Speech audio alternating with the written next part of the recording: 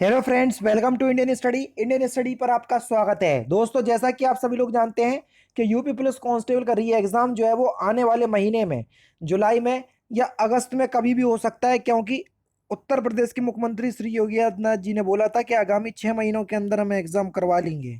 और लगातार र्यूमर्स भी आ रहे हैं, तो उसी को ध्यान में रखते हुए मैं डेली बेसिस पे आपको जीके का टेस्ट प्रोवाइड करवा रहा हूँ, जो कि आपके एग्ज़ाम के लिए बेहद इंपॉर्टेंट है। टाइम को ना वेस्ट करते हुए पहले क्वेश्चन की तरफ बढ़ते हैं। और वीडियो के लाइक का टारगेट है 100 लाइक, तो प्लीज़ दोस्तों वीडियो को लाइक जरूर कर दीजिएगा। टाइम को ना वेस्ट करते हुए पहले क्वेश्चन की तरफ बढ़ते हैं कि भारत में तटीय राज्यों की संख्या कितनी है। तो भारत में तटीय राज्यों की संख्या की अगर हम बात करें तो वह है आपकी 9। कितनी है दोस्तों? 9। भारत में कुल 9 राज्य जो है वो तट रेखा से लगे हुए हैं या सीमा साझा करते हैं अपनी, है ना। जिसमें गुजरात तो सबसे ज़्यादा सीमा साझा करता है। आंध्र प्रदेश, तमिलनाडु, महाराष्ट्र, केरल, ये सभी 5 वो राज्य हैं जो सबसे ज़्यादा सीमा साझा करते हैं। उसी श्रृंखला में आपका उड़ीसा भी है और गोवा भी है ना। विश्व की सबसे ऊंची चोटी Mount Everest fill in the blanks के बीच स्थित है। किन दो देशों के बीच स्थित है? आप सभी लोग जानते हैं कि विश्व की सबसे ऊंची चोटी है माउंट एवरेस्ट, जो कि किन दो देशों के बीच स्थित है? नेपाल और तिब्बत। नेपाल और तिब्बत, यानी कि दूसरा ऑप्शन बिल्कुल करेक्ट हो जाएगा। निम्नलिखित में से कौन सी इजराइल की राजधानी है? ये आपसे पूछा गया है, जल्दी से बताओ। तो इजराइल की राजधानी क्या है? जेरूसलम इजराइल की राजधानी है। पहला ऑप्शन करेक्ट। निम्नलिखित में से कौन सा एक रोपड़ फसल नहीं है? जल्दी से बताएं कि निम्नलिखित में से कौन सी एक रोपड़ फसल नहीं है? गेहूं। गेहूं जो है वो एक रोपड़ फसल नहीं है। दूसरा ऑप्शन करेक्ट। पोपो झील किस देश में स्थित है? ये आपसे पूछा गया है, जल्दी से बताओ। पोपो झील किस देश में स्थित है? तो पोपो झील की अगर हम बात करें तो ये बोलीविया में स्थित है। तीसरा ऑप्शन से यहाँ पर आपका बिल्कुल करेक्ट हो जाएगा। निम्नलिखित में से कौन सा सुमेलित नहीं है? ये आपसे पूछा गया है, तो जल्दी से बताएं कि कौन सा सुमेलित नहीं है। तो देखो, अनुच्छेद 19 में बाक एवं अभिव्यक्ति की स्वतंत्रता, तो ये तो आपका बिल्कुल ठीक है। अनुच्छेद 20 में अपराध के लिए दोषी सिद्ध के संबंध में संरक्षण, ये भी बिल्कुल ठीक है। अनुच्छेद 17 में अस्पृश्यता का अंत, ये भी बिल्कुल ठीक है। अनुच्छेद 26 में दिया है धर्म आचरण और प्रचार करने की स्वतंत्रता, बस यहीं पर आपका गलत हो जाएगा। क्योंकि दोस्तों, अगर हम बात करें भारतीय संविधान के अनुच्छेद 26 के तहत धार्मिक कार्यों के प्रबंधन की स्वतंत्रता का उपबंध कराना है ना। और ये धर्म आचरण और प्रचार की स्वतंत्रता, ये आर्टिकल 25 का विषय है। किसका? 25 का।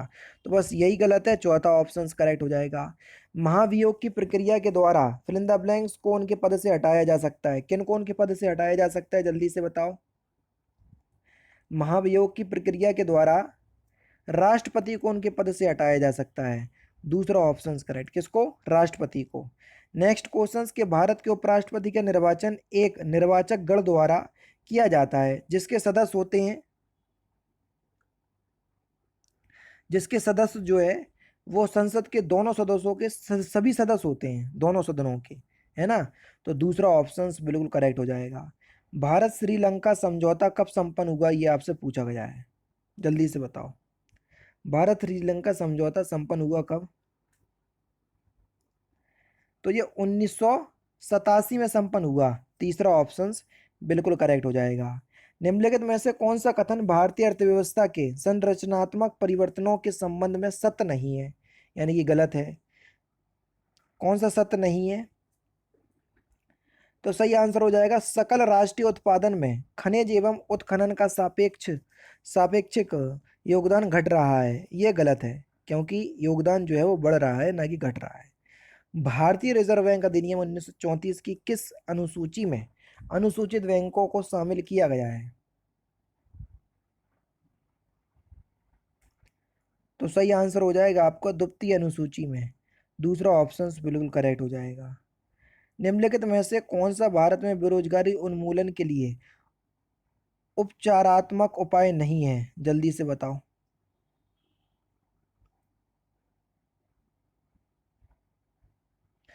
तो सही आंसर हो जाएगा बी ऑप्शन, मानव संसाधनों का अनुचित प्रयोग। दूसरा ऑप्शन यहाँ पर आपका बिल्कुल क्या हो जाएगा सर? करेक्ट हो जाएगा। भारत में योजना आयोग की स्थापना कब की गई थी? जल्दी से बताओ। भारत में योजना आयोग की स्थापना, तो देखो योजना आयोग की अगर हम बात करें तो भारत में योजना आयोग की स्थापना 15 मार्च 1950 में की गई थी, जिसको वर्ष 2015 में नीति आयोग बना दिया गया।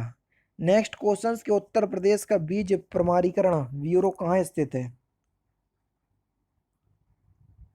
तो ये कहाँ पर स्थित है? ये आलमबाग में स्थित है, पहला ऑप्शन करेक्ट। निम्नलिखित में से कौन सा उत्तर प्रदेश का शास्त्रीय नृत्य है?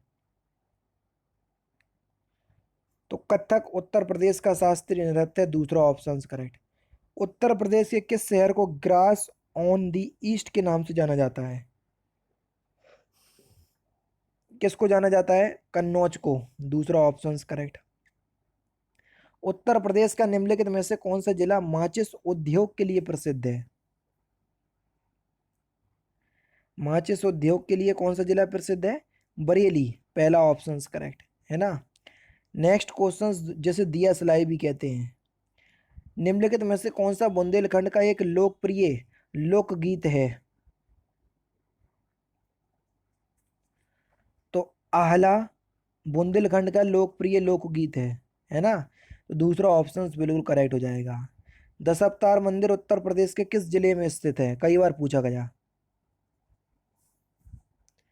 तो दशावतार मंदिर उत्तर प्रदेश के किस जिले में स्थित है? तो ललितपुर में स्थित है, पहला ऑप्शन यहाँ पर आपका बिल्कुल करेक्ट हो जाएगा। नेक्स्ट क्वेश्चंस और लास्ट क्वेश्चंस के भारत में गन्ना उत्पादन में प्रथम स्थान किस राज्य का है? तो इस क्वेश्चंस का आंसर आप मुझे कमेंट बॉक्स में बताइएगा। तो दोस्तों ये थे आपके इंपॉर्टेंट क्वेश्चंस जो कि आपके आने वाले एग्जाम यूपी पुलिस कांस्टेबल के री एग्ज़ाम के लिए बेहद इंपॉर्टेंट है। बाकी बाकी इस वीडियो की पीडीएफ डिस्क्रिप्शन में टेलीग्राम चैनल का लिंक है, वहाँ से आप प्राप्त कर सकते हैं। मिलते हैं फिर नेक्स्ट क्लास में, नेक्स्ट सेशन में। जय हिंद, जय भारत।